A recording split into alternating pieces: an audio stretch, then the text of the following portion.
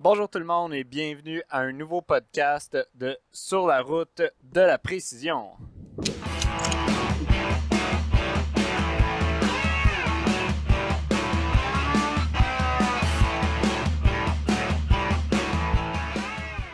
Donc aujourd'hui, deux sujets que je pense sont populaires, restent populaires dans le temps.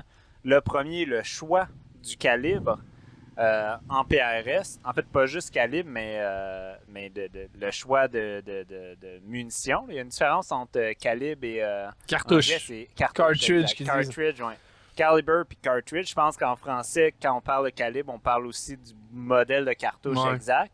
Mais c'est quoi qu'on utilise dans le PRS. Et si on a le temps, on va aborder les applications balistiques par la suite. Sinon, on en fera sur le podcast suivant. Fait que, choix de calibre. On va commencer avec un petit tour de table. En fait, on est avec, je ne l'ai pas dit au début, on est avec toute l'équipe de collaborateurs. Donc, moi-même, Yannick, on est avec Étienne et Phil. Encore une fois, on n'est pas sur la route en ce moment. Mais bon, c'est la suite de notre premier podcast, là, finalement, où on avait fait une pratique de tir tous ensemble, puis on s'est dit, enregistrons un petit quelque chose. On était sur des sujets quand même intéressants, justement, sur les choix de calibre, sur une couple de changements à venir. Fait que on s'est dit, partons l'enregistrement, puis voyons où ça nous mène. Donc, petit tour de table pour commencer sur votre calibre actuel, puis on peut aller rapidement, d'où vous venez, puis qu'est-ce que vous utilisez. Étienne, je te laisse commencer. Peut-être, je veux dire, moins d'expérience ou moins d'expérience avec les différents calibres. J'en ai passé moins. T'en as vu moins. T'as probablement connu moins de gens. T'es rendu en 6BR, si je ne me trompe. Puis, t'es parti de la 6.5. Ouais, 6.5 Creedmoor. Quand même un gros changement à partir de un des calibres qui a le plus de recul vers celui qui en a probablement le moins. Pourquoi, ou en tout cas le moins, et le calibre standard, je vais dire. Comment tu as pris cette décision-là sur quand même une grosse étape? C'est ça. Comme tu dis, j'avais tiré deux saisons complètes en 6.5. J'avais testé plusieurs trucs en 6.5, autant de rouler super rapide que de rouler super lent, des boulets plus lourds, moins lourds, toute la patente. Puis là, comme tu dis, j'ai changé à 6BR. La raison pure et simple, je pense que c'est une question de recul. C'est une question que le PRS, de la façon qu'il a évolué, beaucoup plus de mouvements demandés, beaucoup plus de vitesse demandée.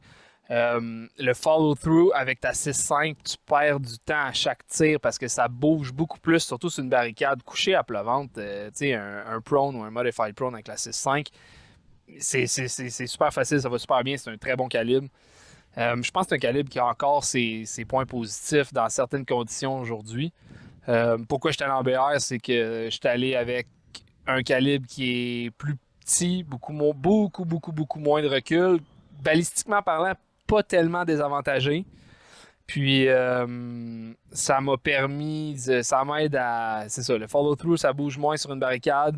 J'ai plus de facilité à spotter mes impacts, mes correctifs à apporter.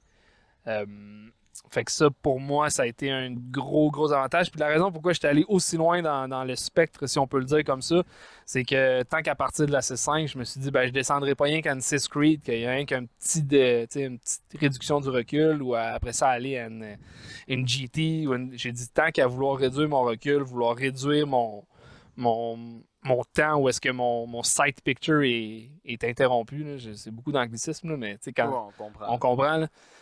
C'est vraiment ça que je voulais réduire. Tant qu'à être, je vais y aller à l'opposé. Puis de toute façon, en 6.5, j'étais déjà rendu à rouler hyper lent pour une 6.5. Fait que... C'était quoi les vitesses quand tu dis hyper lent? Parce que c'est quand même rendu tout le monde a ralenti. De ralentir, prendre des plus gros boulets. Fait que tu gardes le coefficient balistique pour ton vent, mais tu as plus de temps. C'est des millisecondes, mais tu as plus de temps pour te replacer sur la cible. Fait que c'est la mode. À combien tu étais rendu? Quand j'ai commencé, j'étais à 28,80, 28,85 à peu près avec des 139, 140 grains.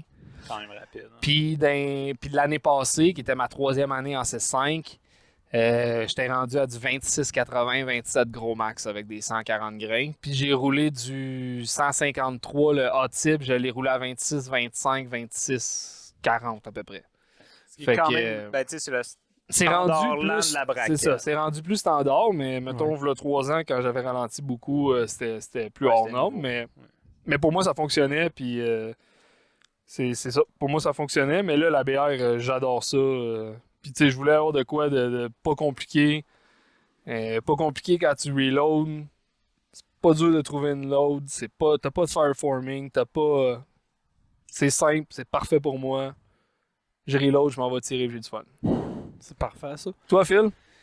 Moi, il y a des petites différences. En gros, quand j'ai commencé simplement en 308. Ensuite, quand j'ai commencé à lâcher, je comme n'importe qui en 308, la balistique, le recul qui était quand même omniprésent, si on peut dire. Là, je regardais du monde de 6-5 tirer, du monde de 6, là, OK, vers où je sais que je vais aller.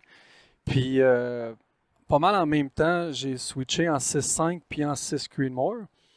Puis, je me suis vraiment, si on veut, attardé. Là, j'ai tiré pendant presque 3 ans en 6 Creedmoor. Ce qui a fait le choix du calibre, premièrement, quand j'ai passé de 308 à 6, c'était pas compliqué, c'était le côté plus flatline de la balistique. Puis aussi diminuer le recul, qui est un élément clé là, pour le PRS. Puis c'est pas mal en même temps que je tirais pour Cadex. Je fais que je tirais avec la Creed. Actuellement, je suis la même chose que toi, j'étais en 6 BR. Puis ce qui m'a fait débarquer de la 6 Creed, la première chose, c'est le Barrel Life, qui est trop court. Faire une histoire courte, ça coûte cher chambrer, ça coûte cher trouver les matériaux. On a eu à travers ça aussi même la COVID qui a rendu des délais de recevoir des composantes hallucinantes. Puis, tu sais, un canon qui est entre 1000 et 1500 coups, c'était pas pour moi. Pas pour la fréquence de tir que je fais dans une année. Puis, à un moment donné, tu te ramasses tout le temps chez Gunspit à être en train de faire ton prochain projet parce que tu sais que ça s'en vient vite, là, à la quantité de matchs qu'on fait. Puis, parce qu'il faut dire, tes canons, t'as fait une demi-saison. Fait qu'en milieu de saison, il fallait rechanger. Fallait que je rechange. Je fasse un développement, oui, il y avait le coût monétaire à ça, puis tout. Puis, au bout de la ligne, à un moment donné, en voyant d'autres tirer, en s'informant sur le sujet, puis tout, on voit que oui, balistiquement, c'est un laser beam, mais que quand tu fais la part des choses, tu te rends compte qu'il y a plus d'avantages. Un exemple, ça explique mon choix de 6BR, que là, mon barrel life, il a doublé. Je sauve environ, c'est un bout que j'ai pas regardé, là, mais 25 à 30% d'économie de poudre. Mais à la fin de l'année, sur chaque 8 livres de poudre, ça paraît des 30%. Ben, c'est parce qu'on tire beaucoup. Dans le choix du calibre, je pense que tu as raison. C'est quelque chose que tu peux regarder le barrel life parce que, veux pas, en tout cas, nous trois autour de la table, on en tire beaucoup par année. Puis à un moment donné... Quelqu'un qui fait un match par année ou qui s'amuse juste à faire du tir à la cible occasionnelle, il y a une autre façon de choisir son calibre. Mais dans notre cas, ça rentre en ligne de compte pour dire OK, là, t'as peu, là, ça va trop vite. Il faut changer à tout bout de champ de barrel, il faut que je repars en développement. À un moment donné, il y a d'autres choses à faire que ça pour moi. Ça explique le choix. Puis le principal, si on veut, point, on pourrait appeler ça point négatif, mais c'est par rapport à Assassin's Creed, la balistique, de la BR sur papier, il faut dire sur papier. Vraiment, c'est plus slow, c'est moins performant. Mais au bout de la ligne, j'ai jamais autant eu de feedback, ce qui est vraiment important. En 6 Creed, c'était trop rapide, un boulet poussé à 3000 pieds secondes, j'ai poussé du détac jusqu'à 3100. En gros, c'est un laser, mais il y a un prix à payer avec ça. C'est plus snappy. Fait que toutes les shots à 3, 4, 500 verges, ça se passe très vite. T'as pas de feedback. La shot d'après, qu'est-ce que tu fais? Et voilà. Fait que, puis aussi, ça explique un peu, c'est pas moi qui l'ai inventé, mais un peu la mode de ralentir les vitesses justement pour aller plus du côté du feedback, d'avoir de l'information, diminuer le recoil, tout est là. Au prix de la balistique, dans le fond, c'est qu'il n'y a jamais rien de parfait. Ça en explique. C'est sûr qu'il faut toujours faire des compromis. Je pense qu'il n'y a aucun calibre parfait, sinon tout le monde aurait le même. S'il y avait un seul calibre que tu faisais aucun compromis, tout le monde roulerait le même. Tout le monde roule le même. Faut choisir les compromis qu'on fait, puis tu l'expliques bien. Moi aussi, c'était beaucoup le feedback. Là. Puis tu sais, cette année, à cause du championnat mondial au Colorado, il a fallu que je fasse le choix d'un achat d'un calibre. Puis je m'en vais aussi en 6BR. Parce que il y a des choix logiques où ça traverse ça. Tu sais, à un moment donné, le délai de préparation, l'équipement, tu sais, les dies, ces choses-là, je les ai déjà. Puis je suis déjà à l'aise. Tu es aussi bien d'aller à un championnat de ce niveau-là avec un calibre que tu connais que de choisir de quoi qui va peut-être avoir un 10% mieux sur papier, mais que je connaîtrais pas. Fait que rendu là, ça explique mon choix. C'est sûr. Non, c'est sûr. Puis, tu sais, comme tu le dis, même, t'es rendu hyper habitué avec ta 6BR, tu sais. Puis t'es mieux d'y aller avec quelque chose que tu sais fiable, que tu sais qu'il a prouvé dans le temps qu'il était fonctionnel, que d'y aller, tu sais, même juste de rechambrer un canon un peu plus performant, que à la limite un calibre que tu connais pour te dire, ben je vais peut-être aller chercher un 5% de gain là-dessus, mais que ça fait 2 ans que tu n'as pas travaillé avec. Le meilleur exemple, c'est ma finale il y a 2 ans de PRS. Je me souviens plus pourquoi. Je pense que mon canon était fini ou il y avait quelque chose de spécial dans mon reload. Fait que j'ai pas été avec mon calibre habituel. J'ai remis mon ancien canon que j'avais pas tiré depuis 1 an et demi en 6 Creed. J'étais allé faire le match en 6 Creed. J'étais plus habitué à rouler ça.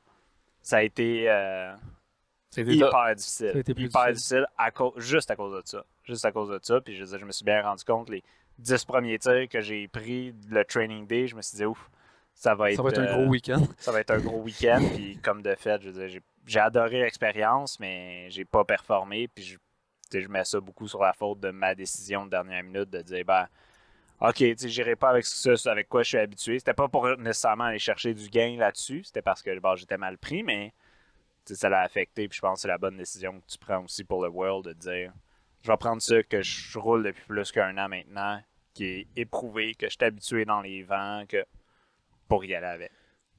Puis pour finir le tour de table, toi, Yann, en tout cas, t'en as certainement passé plus de calibre que moi. Qu'est-ce que tu roules aujourd'hui? Pourquoi? Qu'est-ce que tu as roulé avant? C'est quoi le futur? J'ai commencé, j'ai fait un peu de F-Class au début du tir en 308, mais quand j'ai commencé le PRS, je l'ai fait avec 243, une Ruger Precision à l'époque. Ça n'a pas toffé très longtemps, là. J'ai fait peut-être 2 matchs, mais bon, à l'époque, on tirait 3 matchs. La Ruger ou 243? La Ruger en 243. Okay. Mais à l'époque, on tirait 3 matchs par année. Là. Fait que j'avais tiré 2 matchs en 2,43 pour voir si j'aimais le PRS finalement. Puis j'ai accroché. Fait que je me suis fait monter une custom l'année suivante en 6.5 Creed. Pour laquelle j'ai tiré au moins 1 année. Peut-être 2. Je me rappelle plus. Après ça, pour une question de recoil et de performance, j'ai été avec une 6 Creed. Parce que, en fait, la 243 me manquait beaucoup, la facilité à tuner, etc., les 6 mm. J'étais retourné en 6 Creed. Puis après ça, on voulait réduire encore un peu le recul. À l'époque, les BR n'existaient pas ou très, très peu. Là. Ça commençait, on voyait des dashers apparaître, mais c'était pas encore hyper populaire. Puis là, ce qu'on cherchait, c'est on cherchait une balistique équivalente à celle de la 6 Creed, sans aller jusqu'au BR ou au Dasher. Puis c'était en discutant à un moment donné avec Paul, le Gunschmidt, Red Nub, que lui il disait, ben moi je suis en train de réfléchir à 22 BR, puis ça va allumer une lumière dans ma tête de dire, ben on diminue la grosseur de la douille, on diminue la grosseur du bore, puis on arrive avec une performance qui est vraiment similaire, en fait, est identique à celle de la 6 Creed, mais on doublait presque le barrel life. Fait qu'on est embarqué dans l'époque. Puis tu réduis énormément ton recul. Tu réduis le recul. C'est phénoménal. On est proche d'une 2.2.3. Un peu. Je veux dire, on a quand même plus de vitesse qu'une 2.2.3, mais on est très proche du recul d'une 2.2.3. Fait que, bien honnêtement, il est très proche d'une 6BR aussi. Fait que c'est comme ça qu'on s'est lancé. Puis à l'époque, j'y allais avec un vraiment lentement. Puis je me rappelle, on l'avait développé. On l'avait pas développé exclusivement mais dans l'idée pour ma blonde, qui avait de la misère à tirer sa 6.5 dans sa custom, de dire, il faut réduire de beaucoup le recoil. Même la 6 Creed, c'était sa limite. Fait que la 22BR répondait à ce besoin-là. Fait qu'on avait chambré le premier canon pour ma blonde à l'époque. Puis moi, je me disais, on verra qu'est-ce que ça dit. Si j'aime, peut-être que je m'embarquerai. Fait qu'on a fait 1 ou 2 saisons avec sa carabine custom. C'est moi qui faisais le développement de l'autre, c'est moi qui préparais une couple de choses. Puis j'étais comme, waouh, c'est fantastique comment les boulets sortent vite, comment ça groupe bien, puis il n'y a pas de recul. Puis... Fait que, basiquement parlant, c'était là. Fait que j'ai fait le switch moi aussi, probablement 1 année après. Puis ça fait au moins 3 ans maintenant que je roule en 22 BR. Peut-être à changer, parce que j'ai eu quelques... Tu sais, la 22 BR, le problème, c'est comme dans tout, il y a des sacrifices à faire. La 22 BR, il y a beaucoup de problèmes de stabilité du calibre en tant que tel. C'est pas un calibre qui est beaucoup utilisé. Ceux qui l'utilisent ont des recettes très basiques, sécures, marginales. Fait que c'est des 88 grains ELD match dans des twists 7 à 7.5, toutes dans des vitesses entre 2900 et 3000 pieds secondes, mais c'est toutes des Américains dans le sud des États-Unis, ou presque, qui le roulent, fait que des hautes altitudes, avec peu de problèmes de stabilité qu'ils ont là-bas, mais c'est un calibre qui te fait des donuts quand tu le neck down, parce que bon, il n'y a pas de douille de 22 BR qui existe à la base. Fait que c'est un peu ça la différence, c'est de vouloir le tirer au niveau de la mer, dans le froid québécois, ça nous a pris des twists qui étaient beaucoup plus rapides. Fait qu'on a pris des gain twists pour garder des pressions adéquates, mais stabiliser les boulets. Le problème que moi j'ai rencontré plus récemment, puis c'est arrivé sur mes 2 derniers canons gain twist avec twist rapide, c'est que je les faisais tourner tellement vite que les boulets explosaient en vol. Fait que, puis on l'a vu, tu sais, tout le monde qui ont tiré avec moi dans les derniers 2 ans ont vu mes boulets exploser en vol. Ça arrive au moins une fois sur 100. Au moins une fois sur 100. Puis on a calculé... Là, je pensais que mon avant-dernier canon, parce que les 2 ou 3 premiers canons ne l'ont jamais fait. Puis mon avant-dernier avait commencé à le faire. Puis bon, on se disait, c'est ce canon-là qui est un peu plus capricieux. J'en ai refait chambrer un plus récemment en se disant, ben celle-là devrait marcher en revenant en 5 grooves, parce que 6 grooves, bon, il y a plus de pression sur le boulet, fait qu'on est revenu en 5 grooves, gain twist. Puis ça a refait la même chose, peut-être un peu moins, mais ça le faisait quand même. Puis là, on a comme mieux identifié. C'est quand le canon chauffait. À froid, les boulets explosaient jamais, mais après, le 15e coup, c'était très erratique. Fait qu'un boulet, puis plus on tirait, plus le canon était chaud, plus il explosait régulièrement. Fait qu'en PRS, c'est peut-être ça la chose aussi. En PRS, la majorité des tirs qu'on fait, c'est 12 coups. Fait que peut-être qu'on laissait jamais le canon surchauffer au point où les boulets allaient exploser en vol. C'est ça qui a fait qu'on s'est pas rendu compte avec les premiers canons qu'il y avait cet enjeu-là. Mais définitivement, avec les derniers, sur 30 coups, si je faisais 30 coups d'affilée, sur les 10 derniers, j'avais minimum 2 ou 3 explosions. Ce qui est quand même majeur. Ce qui est quand même majeur. Puis tu sais, sur un 300 balles, mettons une fin de semaine complète de tir, ben là, c'est sûr que tu vas en avoir un match pro. C'est sûr que tu vas avoir des explosions sans que ce soit les 2-3 premières balles. Mais tu vas peut-être prendre 5 stages, puis là, tu vas en avoir un boulet qui se rend pas à cible. Les indésirables. Puis des fois, tu vois pas le splash, puis tu te dis, il a passé juste au-dessus, ou il a dû passer juste, il a dû atterrir en arrêt de target, ou il est dans l'ombre. Mais ça peut induire une mauvaise correction aussi, par exemple. Peut-être, mais quand tu la vois pas, parce que le boulet se rend littéralement pas. Mais des fois, je me rappelle, c'est arrivé que je vois mon splash d'un boulet à comme 9 mills à droite, 2 mills plus bas que le target. Ben, c'est absolument pas un mauvais win call. Non, c'est 9 mills, c'est des choses complètement absurdes, mais tu le vois arriver. C'était arrivé sur un QYL aussi l'année passée. On tirait petit à gros, gros à petit. Fait qu'un peu contre-intuitif. Fait que les petits arrivent au 2e plus gros, rien. Là, j'ai dit OK, puis je recommence à tirer les petits. Pour le reste, clear. J'ai tout touché les cibles, sauf la 2e plus gros. Parce que le boulet s'est jamais rendu. Puis il y avait quelqu'un qui spottait qui disait ça a fait un drôle de poussière à comme une 50aine de mètres de nous. Fait OK, ben c'est mon boulet qui a explosé. T'sais. Fait que c'est un peu ça. Là, après ça, on s'est mis à calculer les RPM, le nombre de tours par minute. Pour se rendre compte que je dépassais de beaucoup la marge critique qui est donnée pour qu'un jacket se détache. La limite, elle tourne autour du 300 000 tours minute. La plupart des gens ils disent 280, là, 290. C'est là que tu le veux, ton boulet. Passer ça, c'est jouer avec le feu. Honnêtement, il y a peu de séparation de jacket en dessous du 300 000. Puis moi, j'ai roulé à 340 000 tours minute. Fait que ouais. c'était un peu... c'est ça. C'était un peu sur la limite. Puis effectivement, j'ai fait beaucoup de tests. J'ai passé au moins 400-500 balles en test à déchirer des jackets juste pour bien identifier quand, comment, etc. Quand je mettais des twist sets, je ne déchirais pas mes jackets parce que c'est un gain twist qui va à 6 écarts. Ce qui est quand même très rapide. Très rapide. Mais c'est des boulets de 22. Fait que, même des twist sets, c'est relativement standard. Mais mes twist sets, c'est ça. Déchirais pas mes jackets. Par contre, il n'était pas suffisant pour stabiliser les 95 grains Sierra Machine, qui est un BC hyper élevé, sans les faire exploser aux vitesses où on les roulait. Je les roulais pas dans le tapis. J'étais loin des pressions, mais je roulais quand même 2920 à peu près. Puis les secondes, ce qui me donnait un 330, 340 000 tours minute. Fait que là, une fois qu'on a identifié le problème, c'est pas trop difficile à corriger. Juste diminuer la vitesse au point où j'arrive sous la barre des 300 000 tours minute ou juste sur la limite au-dessus. Aujourd'hui, j'étais sur la limite au-dessus, mais j'ai rien explosé.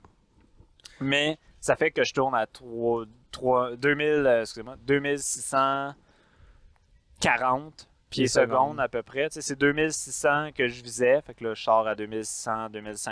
Mais on roulait tout vite aujourd'hui. Oui, aujourd'hui, on était un peu plus rapide. On était un peu plus rapide, mais j'ai rien déchiré. Fait que pour moi, c'est bon parce que c'est rassurant parce que c'est ça que je vais rouler. Puis des conditions comme aujourd'hui, t'en auras pas tout le temps. Là. Non, c'était chaleur, très chaud, humidité. très humide, on était. Ouais, c'était dans le. Tout roulait vite. Ouais.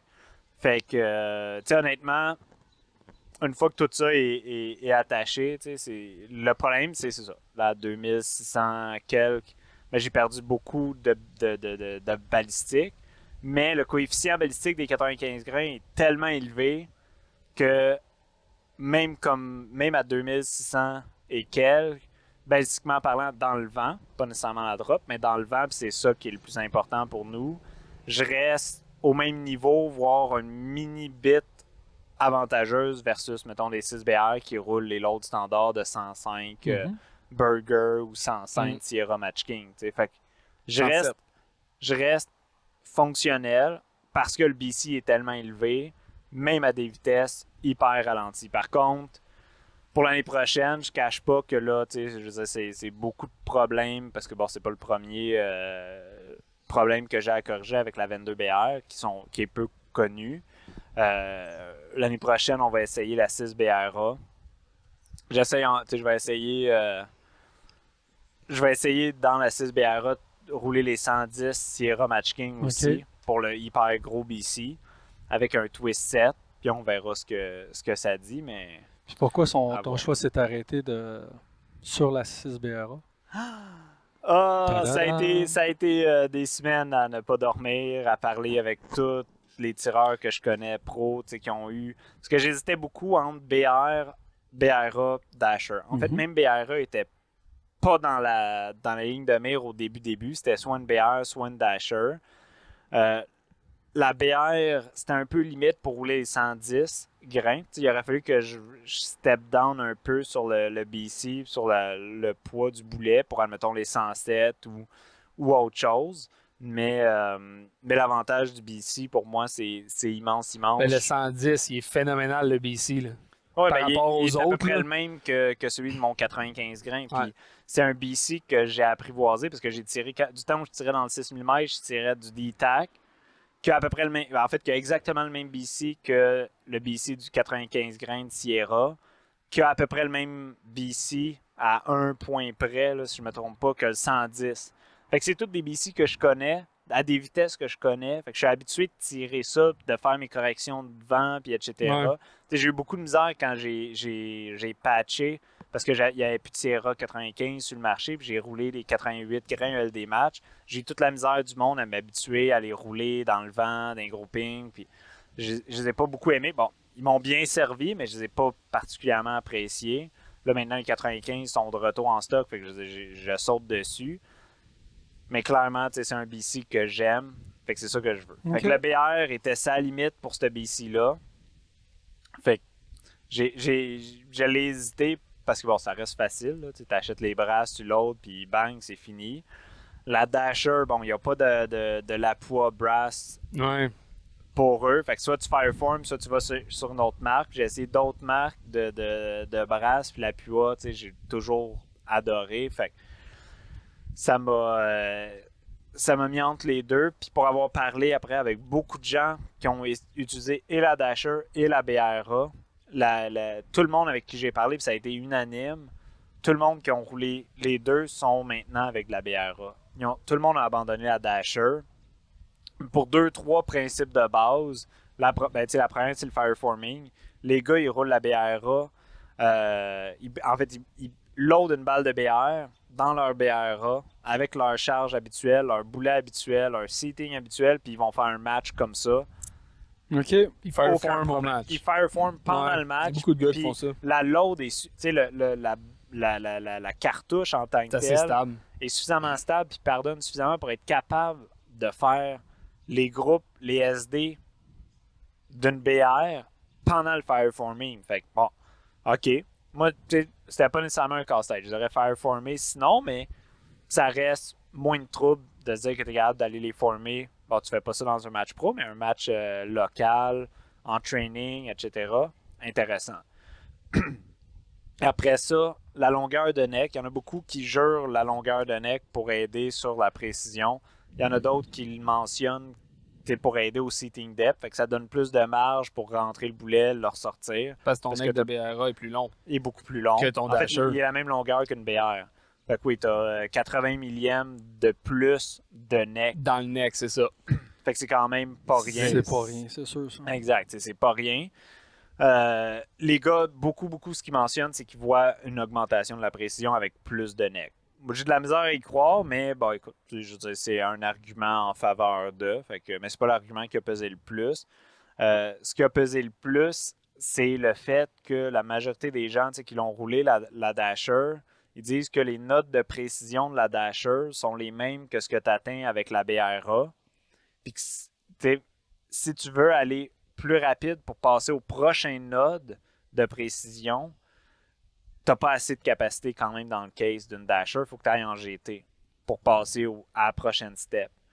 Fait qu'au final, les gars qui ont des Dashers, ils roulent tout ça entre 2008 et 2008-50 parce que c'est là que la précision est la meilleure. La note générale de tout le monde. Exactement. Puis les BRA roulent entre 2008 et 2009. Puis les gars de BRA, ils roulent ça entre 2008 et 2008-50 aussi. Fait que clairement, il y a une note de précision qui est exactement là-dedans. C'est clair. Là. Puis les gars de BR, la BR est sur la limite dans ces vitesses-là. On est capable de rouler ces vitesses-là, mais pas avec des 110. C'est là la différence. Si tu choisis ton boulet avant de choisir ta cartouche, ça fait du sens de se dire exactement. On va prendre la BRA. Parce qu'effectivement, tout le monde roule dans ces notes de vitesse-là, mais là, si tu veux rouler un boulet un peu plus lourd, là, la BR va... C'est sa limite. Pas que c'est pas faisable, mais t'es sa limite.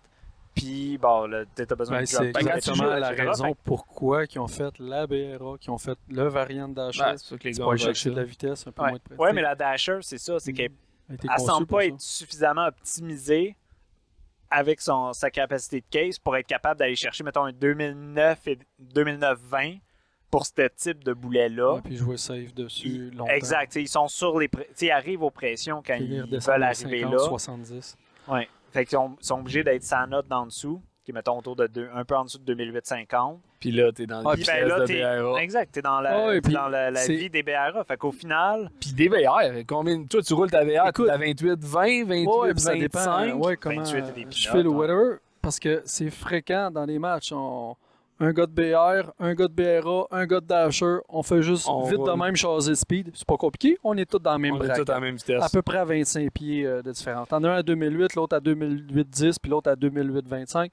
Puis on a 3 calibres différents, si on veut. Ouais. Mais à quelque part, c'est toute tout le monde famille. Ça reste toute une famille de la BR, famille mais des c'est BR, juste... Exact. Les cases ont été optimisés. Les cases ont plus de capacité de poudre. Mais au final, pourquoi je me taperais plus de capacité de poudre? Il faut que je mette plus de poudre dedans pour arriver au même speed. Exact. Mais ton raisonnement est intéressant parce que toi, dans le fond, à t'écouter ton raisonnement, tu as choisi un boulet parce que tu connais ce type de BC-là, tu connais ces affaires. Fait que tu es allé chercher exactement ça. Mais j'ai été chercher ce que je voulais, puis il y a plusieurs raisons. Je veux dire, j'ai toujours été vendu Sierra, pour le monde qui le savent. Ben moi, je te dis Sierra aussi, que je les adore. tout nouvellement sponsorisé par Sierra, puis ça, c'est grandement mérité. C'est un grand cadeau. C'est grandement mérité. Mais tu le mérites. C'est questionnable, mais tu je l'apprécie beaucoup. Puis, mais c'est ça que je roule depuis plus que 5 ans, c'est du Sierra. Fait que c'est juste du bonbon pour moi. Fait que, quand là, je me lance sur un nouveau calibre, je regarde. C'est toujours la première chose que je regarde, moi, quand je me lance sur un nouveau calibre. C'est quoi les boulets qu'il y a en option? S'il n'y a pas de bon boulet pour un calibre, ou qu'il y a juste un bon boulet pour ce calibre, tout le monde va vouloir se l'arracher. C'est dangereux. Exact. C'est soit tout le monde va se l'arracher, soit si tu n'arrives pas à le faire grouper, ben, tu n'as pas de plan B. C'était un gambling aussi avec la 22 bières parce qu'il y avait juste le 95 grains de Sierra à ce moment-là qui valait la peine. C'était un bon gambling parce qu'il groupait sur la coche, mais on aurait pu mal tomber, tu sais. Fait que là, par contre, bon, on le sait, je veux dire, ces Sierra-là, les nouvelles générations de Sierra ont tellement des bons BC puis groupent assez facilement. Pas nécessairement autant que l'ancienne génération, mais bon, je veux dire, il faut que tu sacrifies quelque chose. Mais, je veux dire, c'est des groupings moi, tout le temps hallucinants que j'arrive à faire. Ben, j'ai choisi le boulet en partant, puis j'ai un plan B quand même, les 107 grains. Je veux dire, c'est ça que toi, tu roules. Moi, je roule les 107, puis je les adore. Là. Honnêtement, il n'y a rien que j'ai pas essayé avec ce boulet-là, puis c'est impossible de ne pas le faire grouper. Exact. Le BC est moins élevé. Ça reste pas un BC dégueu. Non, mais il est quand même... il compétitionne facilement avec les burgers. Il est dans le même... Exact. Il est dans la même famille que ce que tout le monde roule. Les 105 burgers sont en même place. Il est même un peu mieux que le 105 burger de mémoire, mais un petit peu moins bon que le 109. Fait que t'es dans... C'est là que tout... Tu sais, 2,75, je pense, de G7. 2,76, de mémoire. Ouais, fait que dans le 2,75 de G7, c'est là que la grosse majorité des boulets de PRS se retrouvent. Ouais. Il y en a quelques-uns au-dessus de la ligne du 300, puis c'est là que moi j'aime. Ouais. Mais même plus large, il n'y en a pas une tonne dans cette gamme-là. C'est quelques boulets assez sélectifs qui se ramassent dans au-dessus de 300. Puis c'est quand on arrive là, finalement, moi je trouve que ça devient plus piqué à dealer, mais c'est ça. J'ai choisi le 110 grains pour commencer. J'ai mon plan B, le 107, advenant que le 110, j'arrive pas à le faire rouler à mon goût à moi. Puis après ça, c'est autour de quelle vitesse je veux le rouler, puis qu'est-ce que ça me prend comme douille pour être capable de le faire rouler, qui est pas... J'essaie de me tenir loin des calibres trop nouveaux maintenant, pour éviter tous les problèmes que j'ai vécu avec, mettons, la 22 BR, que tu apprends sur le tas. Tu découvres un problème, là, tu arrives à le résoudre, mais je veux dire, tu passes 200-300 balles et puis 2-3 nuits. Recherche et développement. Ouais, en recherche et développement, à te casser la tête sur pourquoi, sur comment, etc., avant de réussir à le trouver le problème. Puis tu vois, 6 mois après, tu trouves un autre problème. Puis 1 an après, tu trouves un autre problème. Fait que c'est ça que je me suis tapé avec la 22 bière. Puis ça veut pas dire que j'aime pas la 22 bière, je l'adore. Mais là, il est temps que j'essaye autre chose. Fait qu'on va essayer. T'sais, je vais garder ma 22 BR, je vais essayer la 6 BRA sur le site. Puis mais moi, tu parles de tous tes problèmes-là. Moi, quand tu me demandais au début pourquoi j'étais allé en BR, c'est une de ces raisons-là. Je voulais pas avoir à me casser la tête avec tout ça. Moi, je voulais avoir de quoi qui était prouvé, qui était simple, que je savais que ça allait fonctionner, que j'avais pas à fireformer. Puis, il y a quelque chose avec la BR, c'est la constance. La constance, c'est phénoménal. Parle à quel point que tu as entretenu tout ça, là. Non, c'est je fais comme une blague, là, mais tu sais. Non, c'est low maintenance. C'est tellement facile, c'est ça. C'est exactement. Puis quand tu fais bien des matchs, ben, à un moment donné, ça devient un atout parce que tu n'as pas le temps de gosser, à pu finir au range, de revenir, de faire ci. Puis, c'est ça. Puis là, on a effleuré un petit peu, je pense que si on veut finir l'histoire des calibres, là, on peut peut-être faire une petite parenthèse vite, là, mais on parle de vitesse de BC. BC va toujours battre la vitesse. Mais... Oui, c'est ça. Oui. Le BC va toujours être meilleur, j'ai des guillemets dans les doigts, a plus d'importance que la vitesse. Ouais. Mais la vitesse, joue quelque chose. Là, on parle pour le PRS, parce que on connaît... Il y a des limites de vitesse en plus. Oui, il y a des limites de vitesse, mais on connaît nos distances de cible, etc. Parce que la vitesse a une grosse importance, justement, sur le flat line en dessous de 600.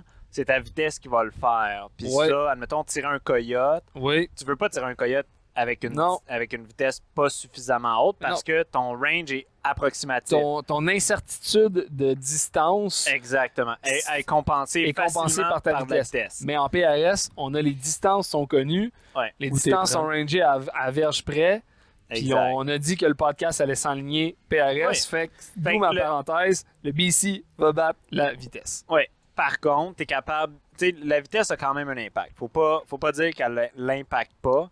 Mais à 100, mettons 100 pieds secondes, c'est un peu ça aussi, tu sais, quand les gars, ils chassent la vitesse la plus rapide pour avoir le meilleur balistique, puis ils vont pousser leur calibre 100 pieds secondes plus loin parce que balistiquement parlant, il y a un T'as avantage. ton énergie aussi, Non, Deliga. à 100 pieds secondes, c'est pas suffisant balistiquement parlant pour le justifier. Ou à peine. Ouais, C'est- parce ça, que- commence, ça commence à parce qu'à un moment donné, ça commence à En payer bas de une ça, c'est certaine- rien. Tu vois presque rien. Ben, honnêtement, moi, je mets la ligne, je trace la ligne à 200-300 pieds secondes. En dessous de 200-300 pieds secondes, la différence vaut pas la peine. Fait que est-ce que tu es capable de grimper d'un 200-300 pieds secondes de plus dans ton calibre Ben non, pour parce- aller chercher moins de vent? Personne. La réponse, c'est non. Non. Mettons, Impossible. ta 6 BR, tu Ouais. roules à 2000. Mettons, tu roulerais vraiment là 2750. Ouais. Est-ce que tu es capable d'aller chercher 200 pieds secondes Ben non. pour aller, Ouais. aller battre le vent? Non, tu ne seras non. pas capable. Tu fais Fait que- d'impression, ça va fait être que tout essaye dangereux. pas. Ben, exactement. Essaye même pas d'y aller. Tu vas te causer plus de problèmes que d'autres choses. Tu sais, ce 100 pieds secondes-là, balistiquement parlant, il n'est pas justifié. En tout cas, vraiment pas en PRS. Non. Cette différence de 200-300 pieds secondes-là, tu l'as en changeant de calibre. Puis là, des fois, tu sais, il y a certains matchs que pour 0.1, 0.2 de vent, oui, tu vas aller chercher 3 points de plus peut-être à la fin de la journée. OK, peut-être d'emmener. Tu sais, il y en a qui le font. Là. Keith Baker, c'est un bon exemple. Tu sais, il amène 2 calibres, puis il va prendre celui ajusté pour le vent de la fin de semaine. S'il annonce un vent incroyable, il va prendre son calibre qui roule plus vite avec un plus gros coefficient balistique. Coefficient balistique en premier, vitesse en deuxième, Exact. mais la vitesse, c'est que la plage de vitesse d'un calibre n'est pas aussi élevée que ce que certaines personnes essaient de faire croire ou de se faire croire. C'est peut-être Ouais. plus ça. Tu sais. J'ai une 6 Creed, si tu roules les 115, c'est pas vrai que tu es capable de pousser ça à 3100 sans payer le prix à un moment donné. Exact. Tu vas te taper une journée chaude puis humide comme aujourd'hui, Ah non. tu vas avoir des problèmes à éjecter. Puis si tu descends, tu vas tourner à 2950 probablement comme à peu près tout le monde. Puis la différence entre 2950 puis mettons 3050, basiquement parlant, n'est pas suffisante pour que tu risques Ah non. les problèmes de T'as beaucoup plus surpression. à perdre. Exactement. de ce Tu sais, fait côté-là. qu'au final, l'éventail ou tu sais, le range de vitesse, il n'est pas si élevé que ça. Non. Sur ce, tu sais, il va jouer, mettons, sur 100 pieds secondes, puis 100 pieds secondes, fait juste trouver le node pour toi, plus que de se dire, je vais aller chercher la note de vitesse un petit peu plus élevée. Non. Trouve une note qui groupe, puis tu vas être à l'intérieur de ça, puis balistiquement parlant, tu n'auras pas de différence avec les autres gars. C'est ça. That's it. T'sais. Fait que c'est pour ça, je pense qu'on dit BC à la vitesse, parce qu'on n'est pas capable d'aller chercher une vitesse significative. Il y a eu une époque où on Balistiquement courait parlant. après vitesse. Oui, puis ça n'a pas payé à personne. Ça a pas Fait que payé à c'est pour ça que- personne. C'est pour ça que tout le monde l'a abandonné. C'est pour Je ça que me je rappelle, puis dis. ceux Ben oui. qui me connaissent. Ben, moi, tout, en l'ont C5 vu. au début. Non, mais moi, On- toi, tu m'as pas connu, mais en 6.5, j'ai déjà roulé des 130 grains à 2980 pieds secondes. Tabarouette. Puis, Pas ici. on parlera pas du nombre de grains qui rentraient dans le case, mais pour réussir à rentrer ça, puis j'ai des photos que j'ai partagées, puis il y a des personnes qui me connaissent, puis qui m'ont connu, puis qui m'ont vu le faire. J'avais un drop tube de 5 pieds. Ah ouais. J'avais 5 pieds de drop tube. Mes deux ils étaient au sol et je feedais à la hauteur de mes yeux ma poudre pour être capable de rentrer puis d'avoir suffisamment d'espace pour citer mon boulet. Pour que Pour que être la capable poudre se d'atteindre les place. vitesses. Oui. Puis ça, on en parlera, je pense, dans une autre capsule de développement de l'autre, mais ça, je voyais pas de pression en hiver. Non, c'est ça. Avec ça, ça groupait exceptionnel. Puis au premier match en été que j'ai été, j'ai arrêté de tirer le match. J'ai tiré, je pense, 4 stages, puis j'ai dit c'est trop dangereux pour moi, mais j'arrête là. Fallait que je tape sur mon boat à grands coups pour être capable de l'ouvrir. Mais c'est un bel Puis exemple de j'ai dit, moment là, donné, moi, t'essayais j'arrête. de quoi, t'étais Ah ouais. au maximum du calibre. J'ai dépassé Puis de là, beaucoup le t'étais maximum. tellement ses limites que t'as Ouais. connu des conditions plus chaudes. Puis là, bam! C'est là tout que le ça... monde un peu Ouais, le puis ça vit. j'aurais poussé, puis ça m'aurait pété d'en face. Ah, puis tu sais, quand t'as conduit, on dit qu'on roule des 4,5, 5 heures, 6 heures. Là, des fois, on s'est tapé un trip 15 heures de route dans Caroline du Nord. Si Non. tu roules 15 heures, aller, tu as loadé tes 250 balles, t'arrives là, t'es en surpression, tu peux pas tirer.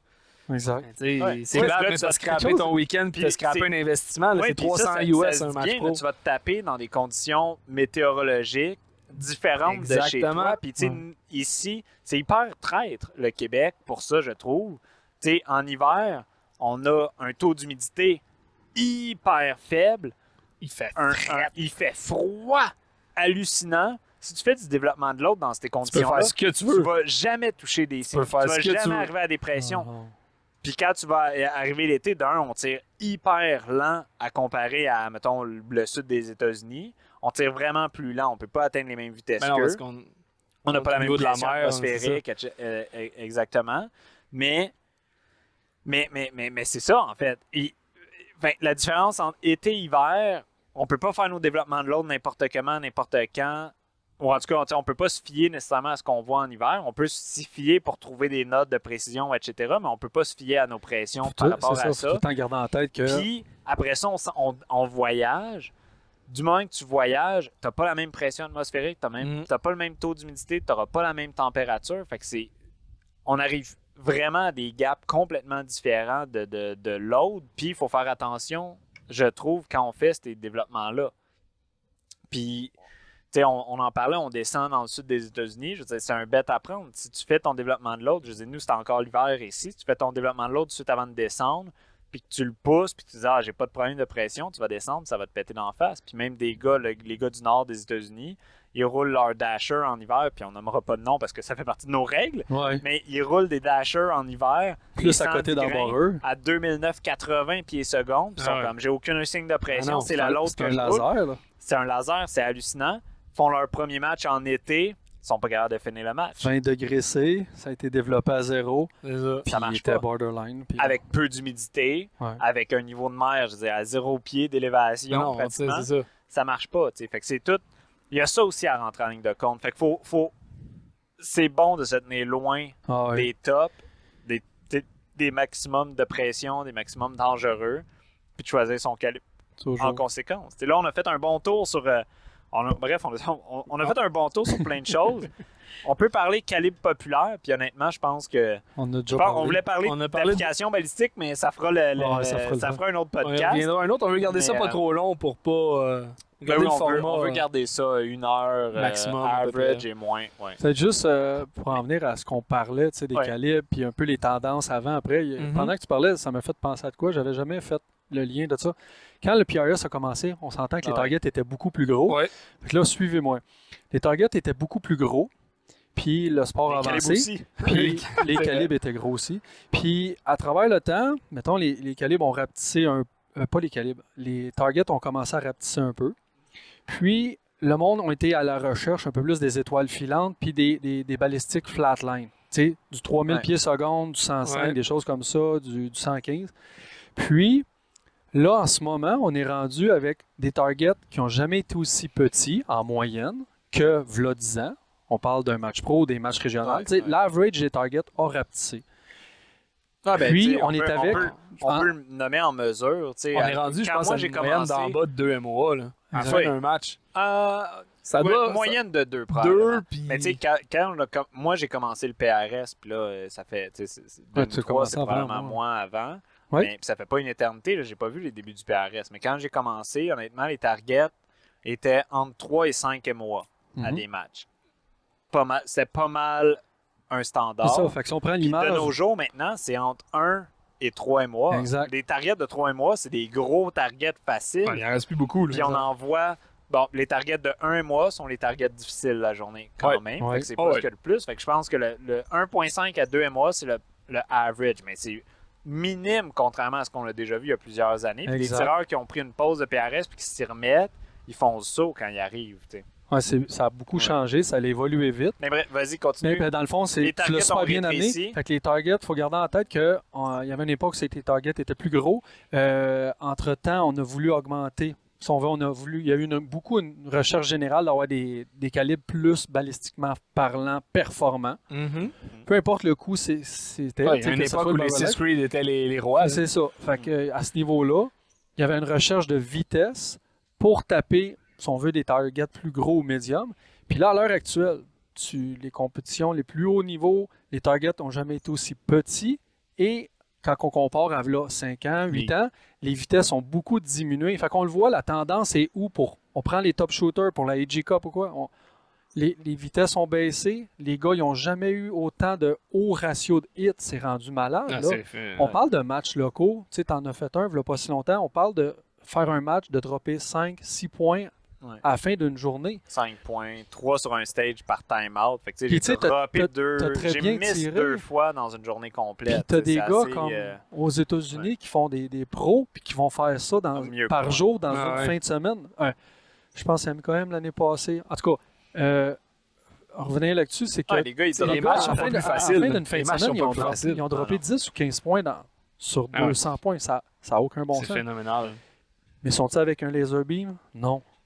C'est là de voir comment ça a évolué. Il y a plusieurs choses aussi. Les boulets ont évolué. Ouais. Les coefficients balistiques n'ont jamais été aussi hauts. Bon, je veux dire, puis là, on dit ça, mais dans 5 ans, probablement que ça va être même une autre histoire. Mais les coefficients balistiques n'ont jamais été aussi hauts que ce qu'on voit en ce moment. Fait que, est-ce que, là, on parle pour parler, mais est-ce que, là, 5 ans, les gens essayaient de compenser les BC mauvais avec les vitesses? Peut-être qu'à ce moment-là, les vitesses plus élevées compensaient un peu pour les coefficients balistiques qui étaient déficients. De nos jours, les coefficients balistiques sont tellement élevés que on s'est rendu compte que c'était plus important que les vitesses. Fait que les gens ont abandonné de la recherche de vitesse. Puis ce que les gars ont besoin, c'est des armes ou des calibres qui sont hyper précis dans une variété large de conditions différentes. Exact. Ton gun a besoin d'être autant précis à 0 degré qu'il va l'être à 20 ou à 30 degrés parce que il y a des fins de semaine qu'on voit les deux extrêmes. Avec de la pluie, Fait que tu as besoin d'avoir quelque chose qui performe et qui est capable de taper un MOA toutes conditions possibles puis que c'est juste ton call devant qui va changer finalement la donne. Puis qui va te permettre, surtout, de voir qu'est-ce qui se passe dans le range. Fait que de voir ta trace, de voir tes splashs, de voir où est-ce que tu tapes sur le target. Exact. Voir, c'est... Moi, en tout cas, moi, personnellement, je pense que de voir... Ça m'a permis d'apprendre énormément aussi. C'est le plus gros. Ça m'a permis d'apprendre. Ça fait partie, je pense, du plus gros game changer. Continuer d'évoluer. Parce que quand tu vois rien, là, tu t'apprends rien. Mais quand tu vois quelque chose, comme tu allais dire, c'est game changer. Quand tu vois, c'est là que la game de PRS se passe, honnêtement, c'est d'être capable de corriger sur tes shots. C'est pas de... Tu sais, oui, t'as ton premier... ton win call pour le premier impact, ça vaut quelque chose, mais le gros de la game, c'est est-ce que tu es capable de corriger? Si tu misses à 0.5, est-ce que tu es capable de reprendre cette information-là, même si tu changes de target? Est-ce que tu es capable de prendre l'information du fait que ton premier target à 400, tu l'as miss de 0.5 pour un win call que tu avais, mettons, qui était dead on? Fait que finalement, il y avait du vent à l'équivalent de 0.5, puis est-ce que tu es capable de prendre cette information-là, de la transposer sur ton deuxième target qui va être à 700, fait que c'est plus 0.5, mais mettons ça va être rendu 0.8, de prendre ta shot de correction puis de taper, puis d'avoir ton impact. C'est rendu ça. Tu sais, c'est ça la game. C'est que tu as eu un miss, ok, tu as perdu un point, mais est-ce que tu es capable de pas perdre ce deuxième point-là? Puis c'est là que la game se passe, puis avec des calibres comme la 6.5, avec une barricade qui est le moindrement pas super solide ou que toi, moindrement, tu n'es pas solide derrière ton arme, à 400, c'est drastique. C'est difficile de travailler dans des conditions comme ça. Avec ça pour pouvoir corriger à 700. Peut-être que ton gun est plus performant balistiquement à 700, mais si tu n'es pas capable de corriger avec le call que tu as eu à 400, ben ça ne sert à rien parce que tu vas remiss de 0.8 à droite parce que tu ne sauras pas quelle correction appliquer. C'est très formateur, par exemple, honnêtement, la 6.5, tu peux pas tricher. Là. Tu peux pas tricher gestion de recul, positionnement, rien. Tu peux pas tricher, c'est très formateur. Faut que tu sois solide. Faut que tu sois solide. Puis tu sais, il y a des top tireurs l'année passée qui tiraient encore des 6.5 puis qui ont fini, si je me trompe pas, Slade a gagné la AG Cup avec sa 6.5. Là. Mais j'ai pas suivi, mais il faut que tu sois solide dans ta barouette. Parce qu'à quelque part, si on veut, sur papier, c'est redoutable. Ah oui. Mais après, dépendant des stages, l'expérience du tireur, ça rentre tout dans la balance, tu sais. Mais t'avais l'air de parler de l'évolution, Phil. Tu t'en allais-tu vers l'espèce de mode que là, on a vu apparaître cette année, qu'on sait pas si ça va... Qu'est-ce qui est la mode du PRS? Parce qu'honnêtement, puis tu l'avais bien dit, on a commencé avec du Creed, grosse vitesse, BC. Ben, tu sais, on parle de la Creed, mais tu sais, il y avait en parallèle, il y avait les 647. Les 647. Parce que tu sais, tu avais les 650, tu avais les 647. C'est les familles de 2900 pieds secondes et plus, avec des BC de 260 et plus. Exact. Fait que c'était ça qui était à une époque, je veux dire plus au début du PRS. Après ça a évolué beaucoup vers BR Dasher, où est-ce que Dasher est devenu le roi du PRS. Au début, c'était l'Assist Creed. Alors ça est devenu l'Assist Dasher beaucoup. Où est-ce que là, on voyait plus du 2008-50, limite 2009 pour ceux qui le roulaient encore. Puis là, tu sais, dernièrement, c'est ça, une grosse diminution de calibre. Là, dernièrement, je veux dire, l'année passée, début de cette année, on a vu l'apparition ou le retour de gros calibres. Là, cette fois-ci, les gars, ils les roulent à des vitesses lentes. Tu peux quasiment rouler à côté de ton boulet tellement qu'il sort lent. Avec des BC de fou. Exact. Ils mettent le plus gros boulet capable. Ouais. Ils mettent le plus gros BC qu'ils sont capables à l'intérieur de leur gun, puis ils les envoient super lents avec le concept en arrière de oui, tu as beaucoup de recul, mais le boulet va prendre tellement de temps de revenir que, exact, la vibration de ton gun va avoir arrêté. Tu vas être capable d'avoir quelque chose de clair au moment où le boulet va taper. Puis le boulet va taper avec tellement d'énergie qu'il va faire lever tout ce qu'il y a à faire lever. Tu vas être capable d'avoir ton... De l'autre côté, pour slash lire les plates, tu vas avoir le swing de la plate. Tu tapes ton edge gauche. Je veux dire, tout le monde a vu une 308 taper un edge de plate. Je veux dire, tu te demandes si la plate elle va débarquer du support. T'as le swing. Puis pour un feedback, c'est Noël. Exactement. Versus une BR ou une 223 même, ou une 22 BR. Ta petite 22 BR à 1000, là. Le même target qui fait 2 twists quand elle se fait taper sur l'edge par une 308, mettons une 7 ou une 6.5 Creed. Moi, je veux dire, elle fait un peu de poussière, puis les spotters sont tous à 60 fois faut au pas maximum. Qu'ils clignent des yeux, là. Faut pas qu'ils clignent des yeux. Pour être capable de dire, mais je pense que c'est un impact. T'sais. C'est vraiment difficile. Une chance maintenant, il y a des flashers pour résoudre ça, mais tu sais que tu as un impact, tu n'es pas capable de dire où. C'est une grosse différence. Bref, on voit une différence dans la mode, mais ça, c'était la fin de l'année passée, j'ai l'impression. Il y a eu beaucoup d'engouement. Tout le monde se sont jetés ces 25 parce que pour ceux qui disaient la 6.5, c'est trop fort pour moi, la 6, c'est parfait, ben là, ils se sont dit 25, c'est entre les deux, fait que ça va être parfait. Fait que 25 a pris une pop, tu sais, 25 tout le monde Creed. s'est jeté sur la 25 Creed, 25 47, 25 GT. On a même vu des 25-06. Bref, toutes les 25. T'sais. Les calibres Puis, 25. Honnêtement, j'ai l'impression que ce mode-là, ça c'est ma perception pour parler à plein de monde, j'ai l'impression que ce mode-là de fin de l'année passée, début de cette saison-ci est en train de s'estomper. Ça s'essouffle déjà. Hein? Ouais. Mais j'ai vu des gars mettre à vendre justement des setups où... Tout le monde est en train de revenir vers BR, BRA, Dasher. Le temps va nous le dire.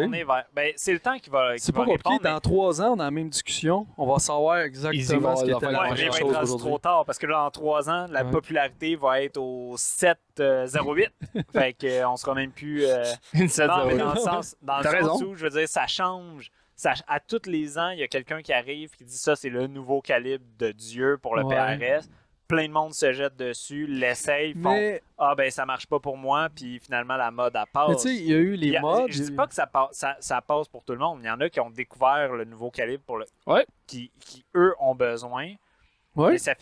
Parce qu'au final, on le dit, tu fais un compromis. À chaque fois que tu choisis un calibre versus un autre, tu fais un compromis à quelque part. Mais tu sais, il faut que tu choisisses qu'est-ce qui est bon pour toi. Un gros gars de genre 300 livres, musclé, solide, qui a une bonne carrure puis une bonne position en arrière d'un gun, ce qui est l'inverse de moi, mettons. Ouais. Ben, j'avoue. Là. Non, mais c'est vrai. oui. Mais, puis tu sais, c'est proche. C'est genre un Andy Slade. Oui. Ben, il n'est pas 300 livres. Là, non, il n'est pas 300 livres, mais il est pas loin de 100 livres de plus que moi. Il n'y a pas tes cuisses de poulet. Là. Il n'y a pas mes cuisses de poulet, tu sais. Puis il y a double d'épaule de moi. Puis je dis, en tout cas, tu sais, Andy, il est carré. Puis il est solide en arrière d'un gun. Mais c'est deux choses que moi, j'ai pas. Je suis pas solide en arrière d'un gun. Fait que moi, il faut que je compense autrement. Mais un Andy Slade qui se met en arrière d'une 6.5 est capable de gérer son recoil puis de bien voir. Puis je veux dire, je suis capable de gérer le recoil d'une 6.5 puis de bien voir en arrière d'eux. Mais quand je me mets avec la 22BR, que je tire ma balle, puis surtout maintenant, je est tellement lente, j'ai le temps de cycler une prochaine balle puis de m'asseoir. Puis là, la balle, elle arrive, puis je lis tout ce qui se passe. Puis à aucun moment, je veux dire, ça a été... Mon scope a vibré, puis il y a même eu du recoil dedans. Ben, la 22 me parle plus, puis je veux dire, elle pardonne beaucoup, mais bref, ce que je veux dire, parce que là je m'éloigne, mais ce que je veux dire au travers d'eux, c'est que il y en a qui découvrent leur calibre avec ces modes-là mais il y en a beaucoup qui l'essayent pour se rendre compte que c'était pas pour eux, puis les modes changent beaucoup. Ouais. Tu sais, v'là 2 ans, j'avais dit la 22 BR, ça va être un calibre qu'à un moment donné va être populaire parce qu'elle est tellement fantastique. Finalement, ça n'a jamais levé. Tu sais, ma mode elle est pas venue, mais un jour peut-être. Ouais. Puis, je veux dire, ça change dans le temps. Puis au final, tu sais, je pense qu'il faut que le monde arrête de se jeter à l'intérieur de ça parce que bon, c'est des dépenses, des dailles, des boulets pour finalement te rendre compte que ben c'est pas pour toi. Tu sais, moi, je change pas de calibre. Je garde le mien longtemps, puis je prends une longue réflexion avant de le prendre. Tu sais, la 6BRA, ça fait plusieurs mois que j'y pense avant même d'avoir entamé des vraies démarches. Puis ça a pris plusieurs semaines quand j'ai choisi que là, faut que je fasse un changement. Je pense que les gens devraient s'embarquer là-dedans plutôt que de se jeter sur ben tel shooter populaire a roulé tel nouveau calibre puis a gagné un match, c'est la prochaine affaire, puis tout le monde se pitch là-dessus. Puis l'autre affaire, c'est que quand tout le monde fait ça, souvent c'est des calibres qu'il n'y a pas les composantes en quantité industrielle de dispo sur le marché. Fait que ce qui doit faire partie tout le monde saute ses boulets, il n'y en a plus en stock après, puis that's it. Fait que ça. Moi, honnêtement, la 25, pour l'avoir essayé, j'y crois pas tant. C'était beau, mais c'était pas fantastique. À voir qu'est-ce que l'avenir réserve à ces calibres-là, puis ça va être quoi le prochain wow. Exact. Ouais, mais ça change dans le temps. Ben, je pense que ça change, puis je pense que... Moi, je pourrais mettre un 2$, façon de parler, là, sur... Tu sais, le sport, il a commencé, il a évolué rapidement, puis je pense qu'on est dans une sorte de plateau, dans le sens que ce qu'il y a là, on ne pourra pas faire une espèce de step de 3 niveaux. Non, t'as raison. Dans 5-10 ça ans, va tourner. Le design des stages, mettons. non, mais je parle du point de vue Calibre. balistique, ces choses-là. Ouais. On va tourner encore en entour des mêmes points. Le tour, tu sais, faut donner ça aux Américains avec le niveau compétition qu'il fait, à quantité de tests qui est fait qu'on voit sur le net. Quantité qui Ils ont sont. fait le tour déjà beaucoup. La majorité Tout le monde des essaye calibres. de sortir un nouveau Ah calibre. ouais. Mais à un moment donné, cette plage-là, elle a été travaillée beaucoup. Ça a été reviré. On a essayé des plus plus gros calibres. Là, on est C'est probablement dans la vague les plus bas calibres, genre Exact. 6 BR. Puis d'après moi, on va arriver à un entre-deux. C'est ça Et que tout le monde entre pensait la probablement creek. avec la 25. On va tourner en Ben, entour de ça. probablement, les gens probablement se ça sont que dit pensais. la 25 va être un bon équilibre, mais je pense qu'il y en a beaucoup qui ont finalement découvert que c'est peut-être une petite coche au-dessus encore. Puis, fait que d'après moi, ça va tourner autour de la Dasher. BRA, Dasher. BRA, puis peut-être même juste ça va finir straight BR. Mais tu aussi, sais, là. logiquement, on va être encore Mais- en train de discuter d'une plage entre 2008 puis 2009 pour un boulet de 100, façon de parler, entre 100 et 115 grains. Tu sais, on va être tout le temps dans ce Probablement. spot-là C'est pour les 6 probablement. mm. ouais. C'est peut-être qu'elle est là la solution. Un boulet entre 2800 pieds secondes, 2900 pieds secondes, dans les alentours entre le 105 puis le 115 Tu sais, tu regardes ce grains. qui se C'est fait. là-dedans que ça va se Parce passer. qu'on ce qui essaye fait, tous ce qui d'avoir roule. un petit edge avec notre calibre aussi. Ouais, mais à un moment là, donné, tu sais. il n'y en aura Mais pas de c'est ça, edge, il y en aura puis- pas. Mais les gars vont continuer à le chasser, mais à Ah un ouais. moment donné, je pense qu'on va arriver à une maturité du sport. C'est Où est-ce que les exactement- gens, c'est je pense que exactement les gens ça. vont dire on a tout essayé, on a tout tenté, puis finalement, c'est là-dedans que ça se passe. Comme Le range de vitesse va être là, le calibre tu sais, va être là, Ouais. puis that's it. Comme Comme en d'autres disciplines, exactement. Les Ben, places l'ont fait, puis maintenant, quasiment tout le monde roule sur Tout des 7 mm à... je suis convaincu qu'en bench press mais- aussi, les gars, ils ont tous pas mal les mêmes calibres proches qui roulent. Fait que. Je connais pas assez le bench press, Moi non mais plus, mais- Probablement. Mais C'est comme plus n'importe ancien quelle encore. discipline, ça a commencé, ils ont essayé des choses.